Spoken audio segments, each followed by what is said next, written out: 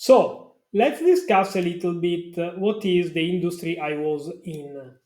So I was in the software as a service business in B2B. That B2B means companies that sell to other companies. I like it because usually B2B means big checks. If you have to go to sell to individuals, it's a labor intensive activity, capital intensive. I prefer selling to companies, mid, very large companies. Um, what is the buyer advantage of buying software as a service instead of licenses that you have to install on your server? For sure, it's super quick to deploy usually. It updates itself. The maintenance is in charge to the seller and not to the buyer. You don't have to update on your own like in the old school times of web hosting. And also the cybersecurity is handled by the vendor and stuff like that. The advantage for the seller is that you create a recurring revenue business because it's a subscription model.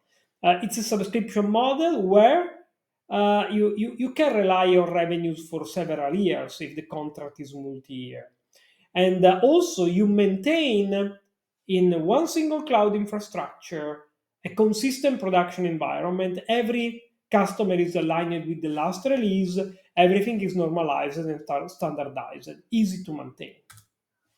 My business specifically was an online learning platform in software as a service, where we sell to companies that wanted to train their people. So they rent this platform. They have a subscription model. We customize it for with the branding and everything. Our market was mid-large enterprise, especially because online learning is not a small business thing.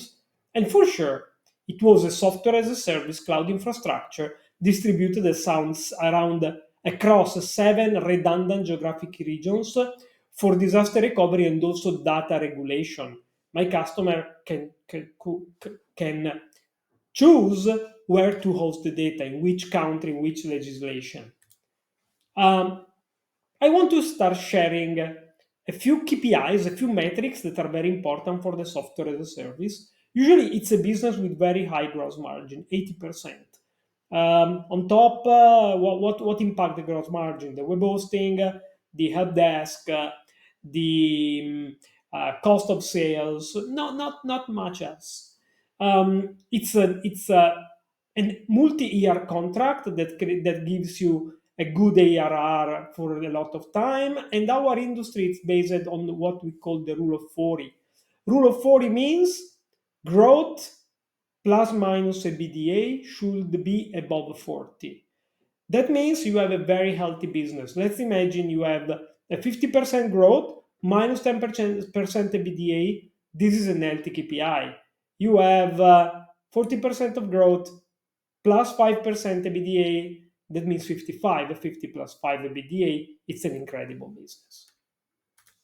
It's super important to understand what is the ARR, annual recurring revenue. And I want to give you this simple example. We have, in this example, we have 3 customers. The ACV, annual contract value per customer, is $12,000. 10,000 is subscription, 10,000 is professional services, one off for the installation. If you acquire 3 customers the year one, the year 2 and 3 on a 3-year contract comes for free. It's almost zero effort to get those revenues. So the second one, you compound other 3 customers, and the third year you compound other 3 customers.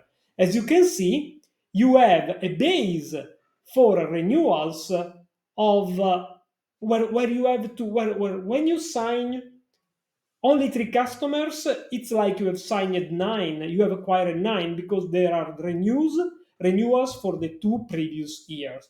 That is incredibly important.